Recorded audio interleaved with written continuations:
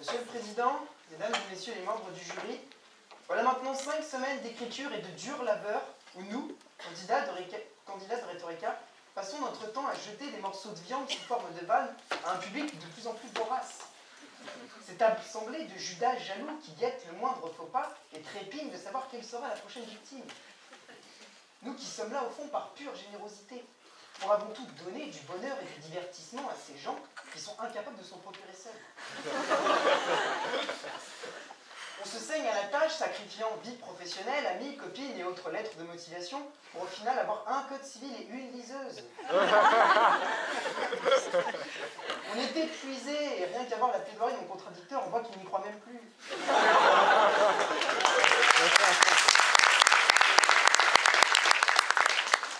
On vient subir les commentaires du jury ou de Madame Guillaumet, qui nous dira parfois avec le sourire qu'entre notre plaidoirie et des excréments, la différence n'est parfois qu'odorante. Mais on se surprend presque à aimer ces critiques acidulées issues de cette femme. Ça nous faire découvrir un petit côté masochiste jusqu'à méconnu. En tout cas, aujourd'hui, je suis très heureux de plaider pour la petite finale devant un jury aussi prestigieux. Vous êtes venus, vous avez fait cet effort, merci. Et je voudrais vous rappeler une chose, c'est que moi aussi, j'ai fait ça. J'y tenais pas plus que ça, je voulais m'arrêter en 8e de finale, mais j'y suis poussé, malheureusement, par le talent. Certes, insuffisant pour aller en finale, mais je comprends que le jury ait préféré choisir 2 femmes pour disserter des travers des personnes de droit. Elles savent de quoi elles parlent.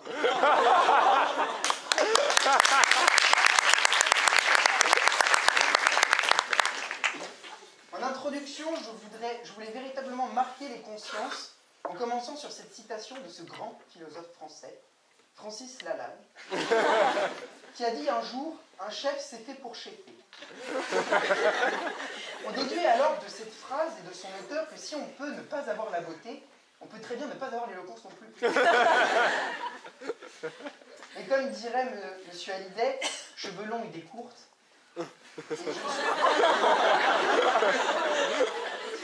Je ne suis pas là pour vous parler de ça, mais bien des avantages de l'éloquence sur la beauté. Et de quelle beauté parlons-nous? Serait-ce de la beauté intérieure, cette chose issue des légendes les plus anciennes? Un mythe dont parlent certaines prophéties qui vous fera croire que toutes les adolescentes d'aujourd'hui ont des posters de l'abbé Pierre dans leur chambre. Au XXIe siècle, on peut juste encore dire que la beauté intérieure, c'est juste des sièges en cuir dans une Aston Martin. Mais pas plus. On parle alors ici de quelque chose de visible. On pourrait alors parler de la beauté d'un discours ou d'une plaidoirie. Car ce qui différencie la beauté et l'éloquence, ce n'est pas un problème de degré, mais un problème de nature. Il est aussi cohérent de comparer la beauté et l'éloquence que de comparer son couteau et sa fourchette. Ce constat nous poussera alors à nous interroger sur la pertinence du sujet que nous devons traiter aujourd'hui. Et je fais ici un clin d'œil facétieux à nos organisateurs. L'éloquence en elle-même peut être belle. De ce postulat, cher jury, vous comprenez alors que mon contradicteur vient de parler pour rien dire pendant 10 minutes. Et dans un élan de bonté, je vais parler de la seule beauté qui reste et dont il a parlé, je viens dire de la beauté physique. J'affirme que la beauté ne vaudra jamais l'éloquence et je le prouve, en démontrant 2 choses. D'une part, la beauté n'apporte rien en soi, l'éloquence, et que d'autre part, la beauté dessert plus qu'elle n'aide lorsqu'il s'agit de convaincre. Dans l'histoire de la séduction, on voit bien que l'éloquence et l'intelligence ont toujours prévalu sur la beauté. Les plus grands libertins le savent, et à la Don Juan, qui ne figurait pas parmi les plus beaux de ses contemporains, ou même dans un autre registre, son grand symbole de l'adultère qui est Jésus, le fameux homme du « quand il y en a pour un, il y en a pour 2 ». La beauté, dans leur cas, n'était pas quelque chose sur lequel ils se reposaient, car elle était en soi dispensable pour défendre leur cause auprès des femmes. Grâce à des intonations de voix, des formules bien trouvées et un culot mesuré,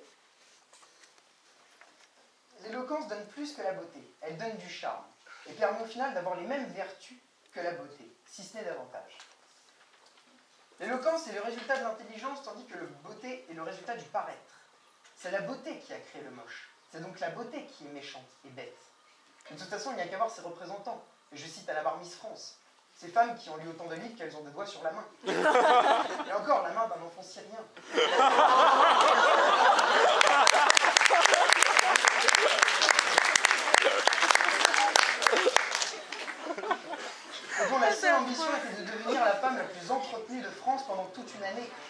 les autres, oui, mais la couronne d'abord.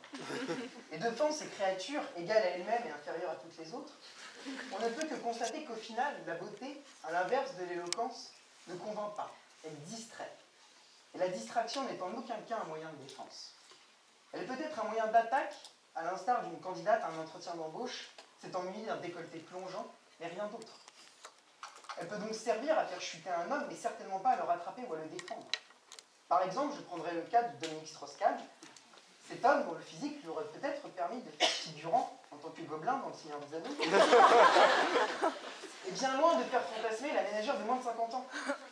Il a réussi pourtant à se hisser jusqu'au sommet devant un incroyable homme à femme et accessoirement président du FMI. Lui qui a connu toutes les femmes, des grosses, des maigres, avec chevelure blonde, sans chevelure blonde, avec un sale caractère, avec un sale caractère. Mais parfois, la fatigue dépasse l'amour, et dans une chambre d'hôtel, pris le parti dans le sac, elle fut accusée de viol. Alors, c'est peut-être pas un exemple pour les jeunes qui étudient l'économie, me direz-vous, mais quel exemple pour les violeurs qui n'en font pas. Mais au-delà du fait que la beauté n'apporte rien à l'éloquence, qui peut se suffire en soi, on peut voir que la beauté dessert dans certains cas. En effet, on ne prend pas les beaux au sérieux. Et reprenant à mon compte le misogyne, bien que vrai, sois belle et tais-toi, il paraît impossible dans la tête de nos semblables d'être beau et intelligent à la fois. Le beau devra redoubler d'efforts pour être pris au sérieux. D'autant plus qu'on remarque que la France n'aime pas le beau. Sinon, le ventreux François Hollande aurait été remplacé par le simillant Arnaud Montebourg, ou encore Nicolas Sarkozy par le chevaleresque Dominique de Villepin. Pratiquant la discrimination positive à tout va, on préfère valoriser les physiques modestes. Il n'y a qu'à voir dans le showbiz, on voudrait nous faire croire que Kev Adams ou Maître Gims sont les nouveaux tombeurs des années 2010. L'éloquence comparée à la beauté est de plus une valeur bien plus sûre. Si la première croît avec le temps, l'autre se fane, se flétrit et tombe même pour certaines. Ce qui fait de l'éloquence une défense tenace et croissante qui se nourrit de l'expérience. Car avant toute chose, la beauté n'est qu'un simple cadeau de la naissance. Cette chose qui facilitera certes les relations sociales, mais qui ne donnera certainement pas cette volonté, cet esprit de combat, propre à celui qui n'est parti de rien sur tous les points, surtout sur le plan physique. Reproduisant le fable du lièvre et de la tortue, ce petit rouquin, obèse, myope et bossu, saura se défendre avec rage, et cela bien mieux que ses opposants, qui ne se sont satisfaits que des cadeaux que la nature leur a donnés. Quoi qu'on en dise, la forme compte, et c'est ainsi qu'écouter une analyse géopolitique de Nabila sur les papous orientales des mers du Sud ne fera pas le même effet que cette même analyse expliquée par Roland Dumas, ex-ministre des Affaires étrangères. De même, cet huissier, allant chez une famille ruinée et s'adressant au père de famille en ces termes, « Excusez-moi, cher monsieur, et de bien vouloir prendre connaissance de ma venue, je vais sans aucune joie d'abord vous soulager de quelques-uns de vos biens pour honorer les dettes que vous avez contractées. » Si celui-ci, façon Manuel Valls, aurait dit « Dis donc, le gueule, tu vas te dépêcher de m'ouvrir, j'ai d'autres paysans à dépouiller, alors dépêche-toi de sortir les bijoux de famille, sinon je te garantis que tu ne sentiras plus les tiens. » Cet exemple nuancé vous fera sans doute remarquer qu'une différence de forme peut très vite devenir une différence de fond. Et ceci ne joue pas en la faveur de la beauté, car dans cet exemple, elle apparaît plus que secondaire. En conclusion, je dirais que l'homme est un conquérant. Et quand on sait que la beauté est prévisible alors que l'éloquence est subtile, il ne peut se contenter que de la beauté.